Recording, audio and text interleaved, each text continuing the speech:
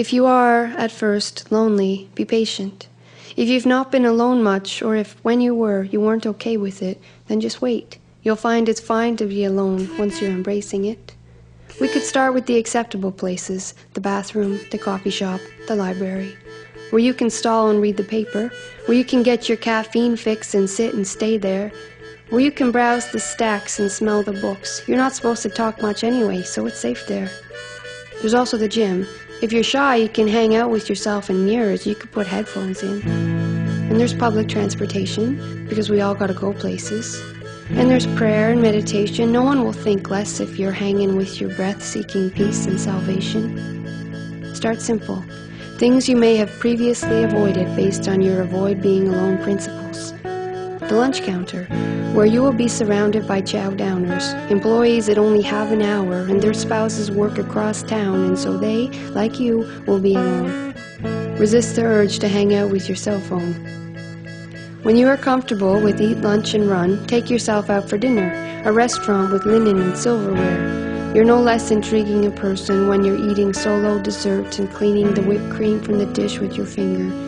In fact, some people at full tables will wish they were where you were. Go to the movies, where it is dark and soothing, alone in your seat amidst a fleeting community. And then take yourself out dancing, to a club where no one knows you. Stand on the outside of the floor until the lights convince you more and more and the music shows you. Dance like no one's watching, because they're probably not. And if they are, assume it is with best and human intentions. The way bodies move genuinely to beats is, after all, gorgeous and affecting. Dance until you're sweating, and beads of perspiration remind you of life's best things, down your back like a brook of blessings. Go to the woods alone, and the trees and squirrels will watch for you. Go to an unfamiliar city, roam the streets, there are always statues to talk to, and benches made for sitting give strangers a shared existence, if only for a minute, and these moments can be so uplifting, and the conversations you get in by sitting alone on benches might have never happened had you not been there by yourself. Society is afraid of alone, though, like lonely hearts are wasting away in basements, like people must have problems if, after a while, nobody is dating them. But lonely is a freedom that breathes easy and weightless, and lonely is healing if you make it. You could stand swathed by groups and mobs, or hold hands with your partner. Look both further and farther in the endless quest for company.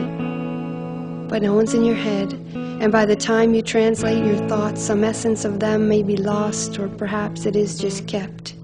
Perhaps in the interest of loving oneself.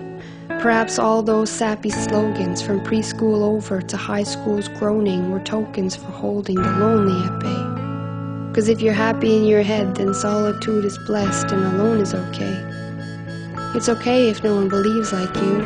All experience is unique. No one has the same synapses, can't think like you. For this, be your lead. Keeps things interesting, life's magic things in reach. And it doesn't mean you aren't connected. The community's now present. Just take the perspective you get from being one person in one head and feel the effects of it. Take silence and respect it.